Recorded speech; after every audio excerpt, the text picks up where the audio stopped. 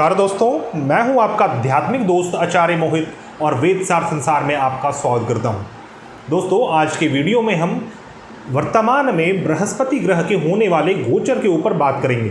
6 अप्रैल 2021 को बृहस्पति ग्रह अपने नीच की राशि मकर राशि को छोड़कर कुंभ राशि में गोचर करने वाले हैं और बृहस्पति ग्रह का यह गोचर सिंह राशि वाले जातक को किस प्रकार से प्रभावित करेगा, उनके जीवन के कौन कौन से बहुमूल्य अंग हैं जिसमें उनको वर्कआउट करने की ज़रूरत है, इन सभी विषयों पर बहुत ही विस्तार से आज हम चर्चा करेंगे।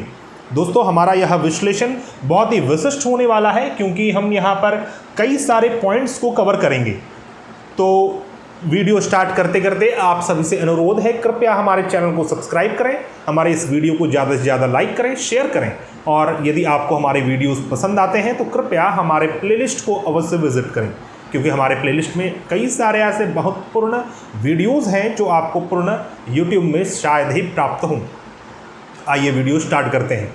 जैसा कि मैंने आपको बताया, 6 अप्रैल 2021 को बृहस्पति ग्रह अपने मकर राशि को छोड़कर कुंभ राशि में गोचर करने वाले हैं। तो यह सिंह राशि का अर्थ आपको समझना है, आपकी लग्न कुंडली को लेना है और लग्न कुंडली में जो आपका फर्स्ट हाउस है वहाँ पर यदि 5 नंबर है अर्थात सिंह राशि है तो आप उसको समझना है कि यह वीडियो आपके लिए है, अर्थात कि आपको लग्न की राशि को देखना है। उसी प्रकार आप अपने चंद्र की राशि को भी देख सकते हैं, लेकिन दोनों का अलग अलग महत्ता है। मैं सदैव लग्न की राशि को अधिक महत्ता देता हूं। उसका रीज़न है कि लग्न आप खुद हैं, आपका शरीर है, आपका मान सम्मान है, आपका फिजिकल बाउंड्री है, अर्थात कि आपका शरीर है, अर्थात कि रियलिटी में एग्जैक्टली आपके साथ क्या घटित होगा वह हम सिर्फ और सिर्फ लग्न की राशि से जान सकते हैं। तो चंद्र की राशि का क्या महत्ता है? चंद्र की राशि अर्थात कि चंद्रमा की राशि, मन की राशि, चंद्रमा है मनसो जाता है, अर्थात कि चंद्रमा की स्थिति आपके मन की स्थिति के समान होती है या फिर आपके मन की स्थिति चंद्रमा के मन की स्थिति के समान होती है। तो आपकी कुंडली में चंद्रमा जिस भी राशि में है, जिस भी भाव में है और यदि वह सिंह राशि में है तो आपकी चंद्र की राशि सिंह राशि हो गई। तो आपके मनोस्थिति क्या होगी? बृहस्पति ग्रह का यह गोचर आपके मन के ऊपर, आपके माइंड के ऊपर किस प्रकार से प्रभाव डालेगा, इसको समझने के लिए हम आपके चंद्र की राशि से समझेंगे। लेकिन रियलिटी में आपके साथ क्या होगा, आपके शरीर में, आपके स्टेटस में, आपके लाइफ में, रियलिटी में क्या होगा, ये सभी चीज़ें हम आपके लग्न की राशि से समझते हैं। तो होप आपने समझ लिया होगा कि आपको कौन से लग्न को देखना है और कौन से राशि को देखना है। सिंह लग्न तथा सिंह राशि दोनों वाले जातक आप देख सकते हैं, बस आपको सेग्रीगेट कर कर अलग अलग रख कर समझना है इसे, एक मन के आधार पर, एक फिजिकलिटी के आधार पर। तो सबसे पहले हम समझते हैं बृहस्पति ग्रह का जो यह गोचर हो रहा है कुंभ राशि में, यह आपको कैसे फलित होगा। कुंभ राशि क्या है, बृहस्पति ग्रह क्या है, इसे हम सूक्ष्म रूप से समझेंगे। बृहस्पति आपके ज्ञान विद्या के कारक ग्रह माने गए हैं और विद्या से भी ऊपर जो विजडम है, जो आपका विवेक है, बुद्धि से भी ऊपर विवेक होता है, तो विवेक के कारक ग्रह माने गए हैं। यह आपके जीवन में कई सारे बहुमूल्य अंग को कवर करते हैं, जैसे बचपन में आपकी शिक्षा, उससे ऊपर आपका graduation, under graduation, post graduation, higher education, आपके जीवन में आपका विवाह, वैवाहिक सुख, वित्तीय स्थिति अर्थात कि फाइनेंशियल कंडीशन, आपके संतान, ये सभी चीज़ें बृहस्पति ग्रह संबोधित करते हैं। बृहस्पति ग्रह और भी कई सारी चीज़ों को एक साथ कवर करने वाले ग्रह हैं और बहुत ही पवित्र शुभ ग्रह माने जाते हैं। बृहस्पति ग्रह का गोचर संवत्सर को चेंज करने वाला होता है। तो दोस्तों, कुंभ राशि क्या है, इसे समझने के लिए आपको कुंडली का जो मूल रूप से एकादश भाव है उसे समझना होगा। कुंभ राशि एकादश भाव के एनर्जी को ही लिए हुए होता है। तो एकादश भाव कुंडली का आपके जीवन में जो भी आय होंगे, जो भी शुभ आय होंगे, निजी आय होंगे, पर्सनल आय जो आप करते हैं, इनकम, और फिक्स्ड इनकम भी उसे कहते हैं, जो आपका सैलरी होता है, वो 11th हाउस से देखते हैं। आपके बड़े भाई बहन, आपका नेटवर्क सर्कल, फ्रेंड सर्कल, आपके कलीग्स, ये सब इन चीज़ों को 11th हाउस से देखते हैं और दशम भाव से द्वितीय भाव में है। इसके कारण यह दशम भाव से रिलेटेड एसेट्स का स्थान है, दशम भाव से रिलेटेड जमा चीज़ों का स्थान है। जो भी आपने कर्म किया उस कर्म से रिलेटेड आपको क्या फल मिलेगा, उसे हम एकादश भाव से समझते हैं, अर्थात कुंभ राशि से समझते हैं। यह समाज का स्थान है, सोसाइटी का स्थान है। सोसाइटी से, समाज से आपके कैसे संबंध हैं, इन सभी चीज़ों को एकादश भाव से देखते हैं। तो जब कुंभ राशि में बृहस्पति ग्रह गोचर करे तो बृहस्पति सबसे पहले तो फेवरेबल फील करेंगे, क्योंकि बृहस्पति पूर्व में अपने नीच की राशि में थे, मकर राशि में। बृहस्पति एक देव गुरु हैं, देवताओं के गुरु हैं, और साथ ही गुरु तत्व है इनके अंदर। ये कर्म करने से अधिक अपने आप को आइसोलेट करके जंगल में रखकर दूसरों को ज्ञान देना अधिक पसंद करते हैं, धर्म अध्यात्म को पालन करना अधिक पसंद करते हैं, पूजा पाठ जब तब इन चीज़ों को करने वाले ग्रह हैं। तो जब इनको कर्म करने भेजा जाता है, जब ये कर्म करने के लिए कर्म स्थान में उतरते हैं, तो ये नीच के हो जाते हैं, क्योंकि ये अपने आप को फेवरेबल फील नहीं करते हैं। लेकिन जैसे ही ये 10th हाउस से 11th में गोचर करेंगे, अर्थात कि कुंभ में गोचर करेंगे, तो इनको बहुत ही अच्छा अनुभूति होगा, क्योंकि अब मैं इस रिस्पॉन्सिबिलिटी से निकल रहा हूँ।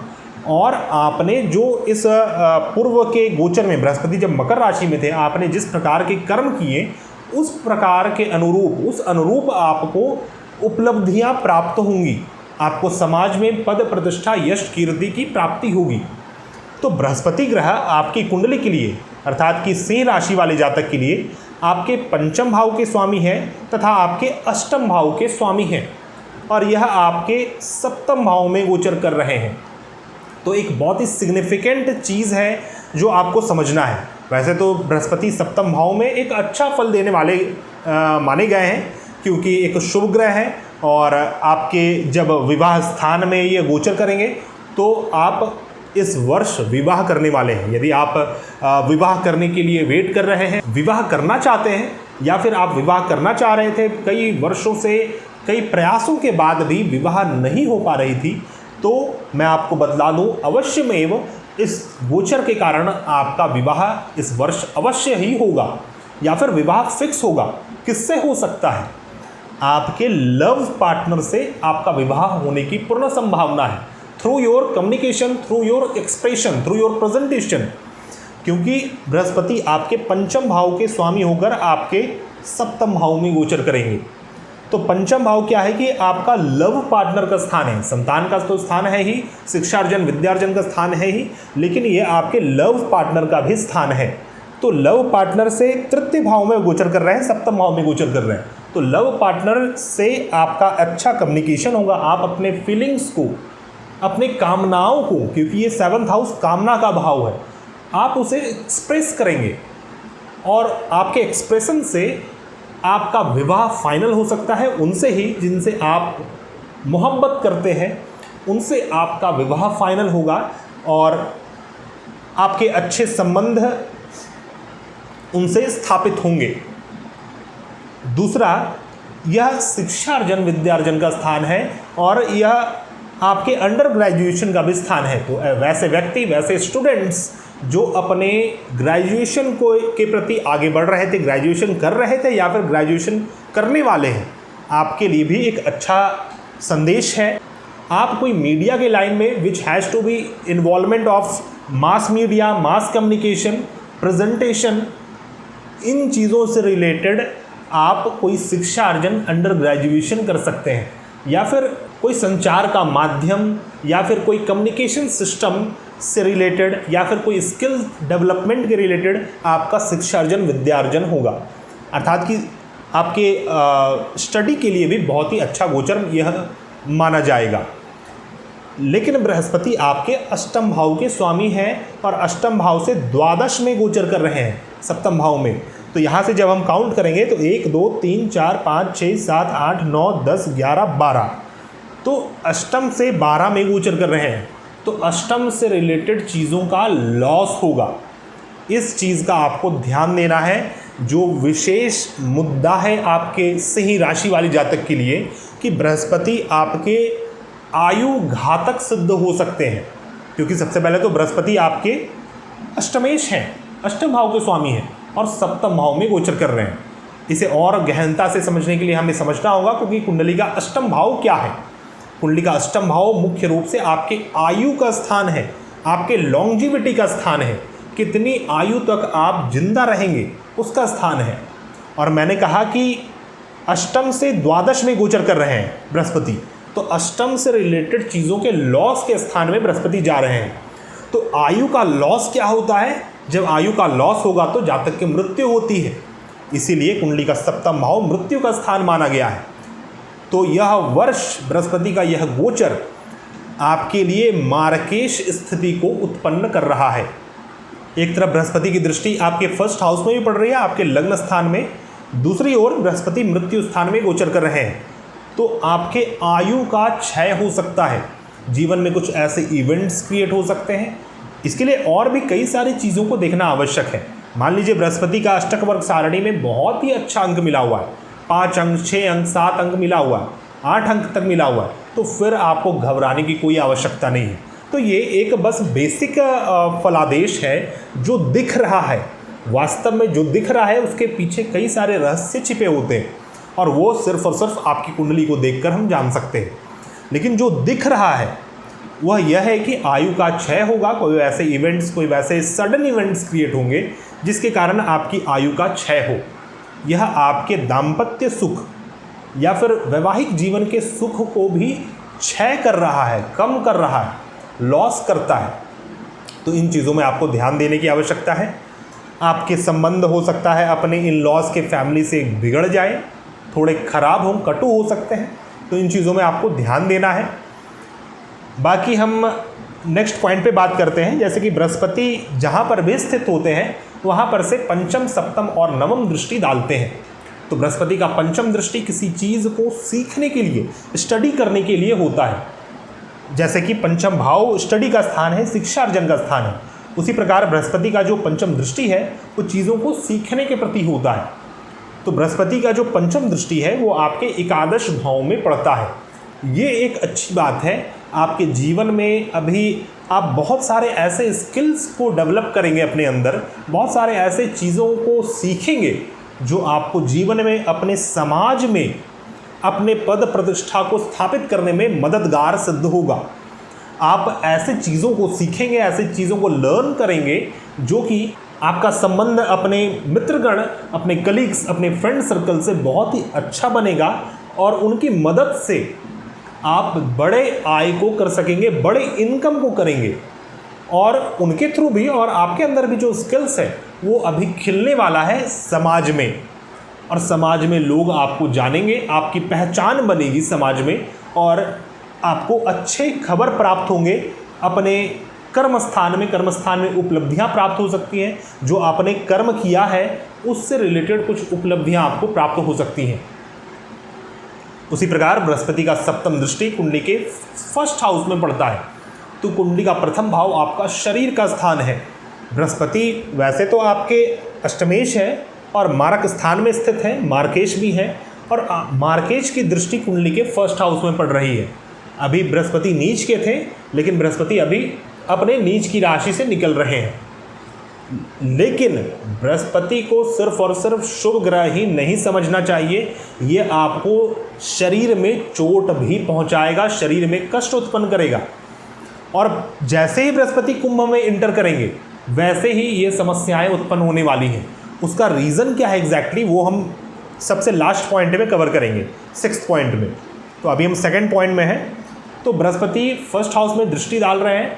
तो बृहस्पति ऐसा चाहते हैं कि आप अपने शरीर पर ध्यान दें, आप अपने शरीर में ध्यान दें, अपने सेल्फ के ऊपर ध्यान दें, अपने मान सम्मान, अपने सुख दुख, अपने स्टेटस के ऊपर ध्यान दें। यदि आप इन चीज़ों के ऊपर ध्यान नहीं देते हैं, रेगुलर रूप से हेल्थ केयर एक्टिविटीज़ को फॉलो नहीं करते हैं, वैसे प्रकार के भोजन और लाइफस्टाइल को नहीं जीते हैं, तो आपके जीवन में ऐसी स्थिति उत्पन्न होगी कि आप अपने ऊपर ध्यान दे पाएँ। तो एक विषम स्थिति है, एक मार्केश की स्थिति, एक मार्केश की दृष्टि आप फर्स्ट हाउस में पड़ रही है। तो यह आपके लग्न की रक्षा भी करेगा, लेकिन आगे जाकर इसमें भी जो पहला नक्षत्र का पहला पद होगा वो सबसे अधिक हानिकारक है। तो ये तो बृहस्पति की दृष्टि की बात हुई। कुछ और बहुमूल्य पॉइंट्स हैं, जैसे किसी भी भाव से जब बृहस्पति चतुर्थ और नवम में गोचर करते हैं, किसी अन्य भाव से जब गोचर करते हैं चतुर्थ और नवम में, तो आपको बहुत ही अच्छा फल प्रदान करते हैं। आइए समझते हैं किस प्रकार का अच्छा फल आपको प्राप्त होगा। आपकी कुंडली में आपके चतुर्थ भाव से चतुर्थ भाव में गोचर कर रहे हैं तो चतुर्थ से चतुर्थ आपके महासुख का स्थान है।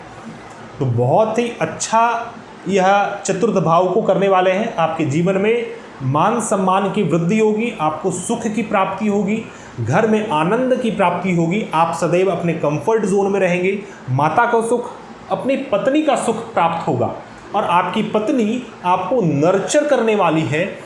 ऐसी स्थिति उत्पन्न हो सकती है जब आपकी पत्नी आपकी माता जी के समान आपको नर्चर करे, आपकी सहायता करे कि आप जीवन में उत्थान कर पाएँ अपना।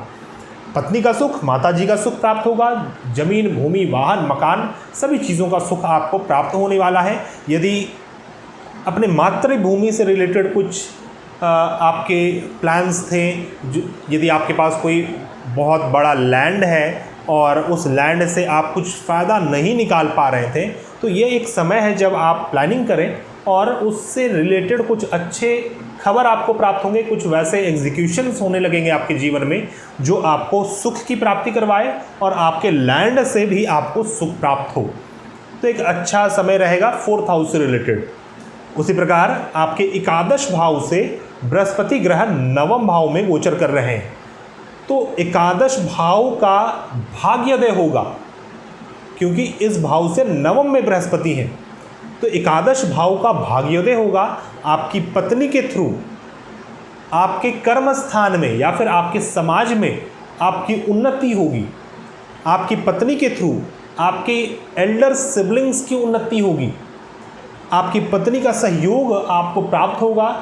आपका बिजनेस व्यापार में भी ऐसी वृद्धि होगी, ऐसा भाग्योदय होगा जिससे आप अपने आय को कर सकें, क्योंकि कर्म स्थान तो घायल हो रहा है। क्यों हो रहा है इसके ऊपर भी बात करेंगे। लेकिन वहीं दूसरी ओर कर्म स्थान जो है वो 10th हाउस है, 10th हाउस से रिलेटेड ही 11th हाउस होता है। तो ये जो 10th हाउस है ये आपका मुख्य रूप से कर्म का भाव है और उस कर्म से आपने क्या बनाया वो 11th हाउस है। तो इस वक्त कोई नए कर्म आपको करने नहीं चाहिए, लेकिन जो कर्म आपने कर रखा है उससे आपको अच्छा फल प्राप्त होता रहेगा। आपके बड़े भाई बहन का भाग्योदय होगा और इस गोचर का जो सबसे बेस्ट फल मिलने वाला है वो आपके 11th हाउस में ही मिलेगा। आपके आय में वृद्धि होगी, जो आपका फिक्स्ड इनकम है, जो आपका सैलरी है उसमें वृद्धि होगी। आपके संबंध अपने समाज से अच्छे होने वाले हैं, अपने फ्रेंड सर्कल, नेटवर्क सर्कल से अच्छे संबंध होने वाले हैं। कुंडली का एकादश भाव आपके डिज़ायर्स का भाव है। जो डिज़ायर आप रखते हैं, महत्वाकांक्षा आप रखते हैं अपने जीवन में, रिलेटेड टू योर कर्म स्थान, रिलेटेड टू योर समाज, तो वो सभी डिज़ायर आपके पूर्ण होंगे, क्योंकि ये कामनाओं का भाव है। जो एकादश भाव है वह कामनाओं का भाव है और जो बृहस्पति है वो परम कामनाओं के भाव में स्थित है। तृतीय भाव, सप्तम भाव और एकादश भाव कामनाओं का भाव माना जाता है। क्यों कामना? क्योंकि धर्म, अर्थ, काम, मोक्ष, इसी प्रकार से धर्म, अर्थ, काम, मोक्ष, इसके ऊपर ही मैंने बहुत ही विस्तार में वीडियो बनाया है। जीवन के 4 मुख्य स्तंभ कुंडली से, इस प्रकार से उसका टाइटल है, इसे आप अवश्य देखें। तो ये जो कामनाओं का भाव है, कामना के भाव को ये बहुत ही अच्छा कर रहे हैं बृहस्पति। यहाँ पर से दोनों ही कामना भाव में दृष्टि डाल रहे हैं और एकादश भाव जो है ये कामना का भाव, इससे 9वें भाव में स्थित है। तो यह जो वर्ष है ये आपके बहुत सारे कामनाओं को पूर्ति करने वाला होगा। थ्रू आप खुद नहीं कर पाएंगे, आपके दोस्त, मित्र, यार, आपकी पत्नी, आपके छोटे भाई बहन, बड़े भाई बहन के सहयोग से आप अपने जीवन में उन कामनाओं की भी पूर्ति कर पाएंगे जो आप बहुत लंबे समय से वेट कर रहे थे।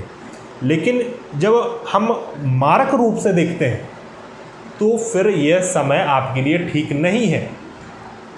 उसी प्रकार किसी भी भाव से जब बृहस्पति 10वें भाव में गोचर करते हैं तो वो अशुभ माना गया है। आपके 10वें भाव से 10वें भाव में बृहस्पति गोचर कर रहे हैं। यहाँ से चतुर्थ, 7, 8, 9, 10, तो 10वें से रिलेटेड, कर्म से रिलेटेड जो कर्म है उसमें आपको कमी उत्पन्न होगी। आप कोई नए कर्म करेंगे, आपकी मान हानि हो सकती है। आपको कर्म करने से रोकेंगे बृहस्पति यहाँ पर, कोई नए कर्म को करने से। कर्म स्थान में हो सकता है आपके संबंध अपने अधिकारियों से, अपने बॉसेस से, सरकार से या फिर अथॉरिटी से अच्छे ना बने। इस वक्त आप जो भी कर्म करने जाएंगे उसमें कहीं ना कहीं आपको एक उदासीनता देखने को मिल सकती है, क्योंकि बृहस्पति, मैंने पहले ही बताया कि बृहस्पति को कर्म करना पसंद नहीं है, तो उसमें बृहस्पति उदासीन से हो जाते हैं और इसीलिए मकर राशि में वो नीच के माने जाते हैं। तो इसीलिए आपके 10th हाउस के लिए सुखद नहीं है। आप जो भी जॉब कर रहे हैं, जो भी चीज़ कर रहे हैं, उसी में अभी अड़ते रहें, कोई नए चीज़ के प्रति आगे ना बढ़े, क्योंकि चीज़ें और भ्रमित करेंगे आपको और आप फंसेंगे, आगे चलकर परेशानियां उत्पन्न होंगी। तो दोस्तों, ये तो था एक मुख्य विश्लेषण बृहस्पति ग्रह की दृष्टि के ऊपर। बृहस्पति ग्रह कुंभ राशि में है, सप्तम भाव में है, उसके रिलेटेड। किसी भी भाव से चतुर्थ और दशम में गोचर करते हैं तो अच्छा फल देते हैं, किसी भाव से दशम भाव में गोचर करते हैं तो अशुभ फल देते हैं। अब कुछ और डीपेस्ट चीज़ को हम जानते हैं, जिससे आपको और भी अधिक डिसीजन मेकिंग में अपने जीवन में आपको मुनाफा होगा, फ़ायदा होगा। पुष्कर नवांश, यह पुष्कर नवांश क्या है, इसके ऊपर हम बात नहीं करने जा रहे हैं। पुष्कर नवांश के ऊपर हम आने वाले समय में वीडियो बताएंगे विस्तार से। लेकिन यह जो पुष्कर नवांश है, ये बहुत ही शुभ नवांश माना जाता है। नवांश का अर्थ है 9वां अंश, 9th पार्ट। एक राशि का जब हम 9 पार्ट करते हैं, 9 पार्ट में डिवाइड कर देते हैं, तो उसका जो एक पार्ट है वो नवांश है। तो 0 डिग्री से 3.2 डिग्री तक एक नवांश होता है, 3.2 डिग्री से 6.4 डिग्री तक दूसरा नवांश, 6.4 डिग्री से 10 डिग्री तक तीसरा नवांश। इसी प्रकार से 3, 3, 3, 9 नवांश हो गए। 30 डिग्री का एक राशि है। तो हर राशि में 2 ऐसे नवांश होते हैं, 2 ऐसा पार्ट होता है जहाँ पर कोई भी ग्रह किसी भी स्थिति में हो आपकी कुंडली में बहुत ही बेहतरीन फल देने वाले सिद्ध होते हैं। तो कुंभ राशि एक वायु तत्व की राशि है और वायु तत्व की राशि में 6ठा और 8वां नवांश पुष्कर नवांश होता है। अर्थात कि बृहस्पति का यह गोचर, जब बृहस्पति कुंभ राशि के 6ठे और 8वें नवांश में जाएंगे तो फिर आपको किसी भी चीज़ को सोचने की आवश्यकता नहीं है। कोई भी डिसीज़न हो, कोई बड़ा एग्जीक्यूशन हो, कोई बड़े काम आपने सोच रखा था और आपको करना था, तो बृहस्पति जब अपने पुष्कर नवांश में हो तब आप कर सकते हैं। उसमें किसी प्रकार का लॉस नहीं होगा, 100% उसमें आपको अच्छा ही फल प्राप्त होगा। चाहे वह ग्रह आपकी कुंडली में कितना भी नीच की अवस्था में हो या फिर अपने शत्रु की राशि, शत्रु के नवांश में हो, किसी प्रकार से दूषित हो, फिर भी वह ग्रह आपको पुष्कर नवांश में ग्रेटेस्ट फल प्रदान करते हैं। लेकिन इसके लिए यह देखना अति आवश्यक है कि बृहस्पति ग्रह की किसी भी प्रकार से कोई दशा चल रही है या नहीं। बृहस्पति की विंशोत्तरी महादशा, अंतरदशा, प्रत्यंतर दशा हो या फिर योगनी दशा में ध्यान्या योगनी की महादशा हो या फिर धनुचर या मीनचर की महादशा चल रही हो या अंतरदशा चल रही हो, तो फिर आपको समझना चाहिए कि आपके जीवन में वर्तमान में बृहस्पति ग्रह प्रभावी है। और यदि बृहस्पति ग्रह प्रभावी है तो फिर बृहस्पति का यह पुष्कर नवांश का आप पूर्ण फायदा उठा सकते हैं। बृहस्पति का यह पुष्कर नवांश में जाना सभी व्यक्तियों के लिए, सभी पूरे जगत के लिए हो रहा है। तो आपके जीवन में बृहस्पति की दशा चल रही हो या ना चल रही हो, वो एक सामाजिक रूप से, एक नेचुरल रूप से, यूनिवर्सल रूप से आपको इफ़ेक्ट करेगा ही। हर एक व्यक्ति को, पूरे समाज में इसका गुड इफ़ेक्ट पड़ता है। यदि बृहस्पति आपके लग्न से पुष्कर नवांश में जा रहे हैं तो आपको शारीरिक रूप से आपको उसका लाभ प्राप्त होगा। और यदि चंद्रमा से पुष्कर नवांश में जा रहे हैं, चंद्रमा से बृहस्पति प्रथम भाव में है, अर्थात कि चंद्रमा की राशि कुंभ राशि हो और बृहस्पति कुंभ राशि में जो यह गोचर कर रहे हैं वो यदि 6ठे और 8वें नवांश में जाए, तो 6ठा और 8वां नवांश को कैलकुलेट करने के लिए एक छोटी सी विधि होती है। हम उस विधि पर ना जाते हुए एक सिंपल सा ट्रिक आपको बतलाते हैं। जब बृहस्पति कुंभ राशि में 16.4 डिग्री से 20 डिग्री तक रहेंगे तो बृहस्पति अपने 6ठे नवांश में होंगे। उसी प्रकार जब बृहस्पति 23.2 डिग्री से 26.4 डिग्री तक रहेंगे तो बृहस्पति 8वें नवांश में होंगे। तो यह जो 2 नवांश है, 6ठा और 8वां नवांश, इस 2 नवांश का आपको वेट करना चाहिए। बृहस्पति इसमें आपको बहुत ही अच्छा फल प्रदान करने वाले हैं। तो दोस्तों, यह तो बात हुई पुष्कर नवांश की।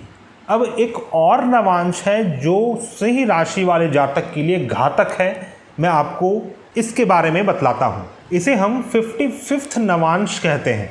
जिस प्रकार मैंने कर्क राशि के ऊपर बात किया था कि कर्क राशि वाले जातक के लिए बृहस्पति का यह गोचर सबसे पहले 64th नवांश में होगा, अर्थात कि लग्न से जब स्टार्ट करेंगे काउंटिंग हर नवांश का, तो बृहस्पति अष्टम भाव में 64th नवांश आ रहा है और कर्क राशि वाले जातक के लिए बृहस्पति अष्टम भाव में गोचर कर रहे हैं। उसी प्रकार सिंह राशि वाले जातक के लिए बृहस्पति आपके सप्तम भाव में गोचर कर रहे हैं और सप्तम भाव का जो पहला नवांश है वह 55th नवांश है आपके लग्न से। जब आपके लग्न के नवांश से काउंट करेंगे तो वह 55th नवांश में आता है। और मैं आपको बतला दूं, यह 55th नवांश जातक के लिए, जातक के शरीर, मन, उसके फिजिकल फॉर्म के लिए घातक सिद्ध होता है, क्योंकि सप्तम भाव जो है वह मृत्यु का स्थान माना गया है। यह जीवन में अचानक से बड़े बड़े रोग, ऋण, शत्रु, विघ्न, बाधा को उत्पन्न कर सकता है। और आपके शरीर का यदि राशि सिंह राशि है, अर्थात कि आपने लग्न की राशि यदि सिंह राशि है तो आपके शरीर के लिए घातक है, और यदि आपके चंद्रमा की राशि सिंह राशि है तो आपके मन के लिए यह बृहस्पति का गोचर जो कि 55th नवांश में होगा, यह अतिशय हानिकारक है और आपको इसमें संभल कर रहने की आवश्यकता है। तो कुंभ राशि में बृहस्पति जैसे ही 0 डिग्री से इन करेंगे, 0 डिग्री से 3.2 डिग्री तक बृहस्पति 55th नवांश में होंगे, जो कि आपके जीवन का बहुत ही सिग्निफिकेंट समय रहेगा। और यदि बृहस्पति ग्रह की किसी भी प्रकार की दशा चल रही है तो आपको विशेष सतर्कता बरतनी चाहिए, क्योंकि बृहस्पति आपके एक मारक ग्रह भी हैं, आपके अष्टम भाव के स्वामी भी हैं। इस समय बृहस्पति से रिलेटेड आपको उपाय करने चाहिए। जैसे ही बृहस्पति कुंभ राशि में एंटर करे 3.2 डिग्री तक आपको लगातार बृहस्पति के चीज़ों का दान करना चाहिए, गुरुजनों की सेवा करनी चाहिए, पृष्ठ पुजारियों की सेवा करनी चाहिए, उनकी मदद करनी चाहिए और दान ज़्यादा से ज़्यादा करना चाहिए। इससे आप बृहस्पति के 55th नवांश से बच सकते हैं। एग्जैक्टली 55th नवांश क्या होता है, इसका कैलकुलेशन क्या है, इसके ऊपर हम विस्तार से किसी और वीडियो में बात करेंगे। तो दोस्तों, यह था मेरा संपूर्ण विश्लेषण बृहस्पति ग्रह का गोचर कुंभ राशि में सिंह राशि वाले जातक को किस प्रकार से प्रभावित करेगा। आशा करता हूं आपको मेरा यह विश्लेषण पसंद आया होगा। यदि आपको हमारे वीडियोस पसंद आते हैं तो कृपया हमारे चैनल को सब्सक्राइब करें और हमारे इस वीडियो को ज़्यादा से ज़्यादा लाइक करें, शेयर करें तथा हमारे प्लेलिस्ट को अवश्य विजिट करें। वीडियो समाप्त करते करते यदि आप किसी भी प्रकार की समस्या से जूझ रहे हैं और उसका समाधान ज्योतिष शास्त्र के माध्यम से चाहते हैं तो आप हमारे से कांटेक्ट कर सकते हैं। हमारा कांटेक्ट डिटेल्स आपको मेरे डिस्क्रिप्शन बॉक्स में मिल जाएगा तथा आप हमें जयपुर के कार्यालय में आकर भी मिल सकते हैं। हम मिलते हैं नए वीडियो में, तब तक के लिए धन्यवाद। जय हिंद।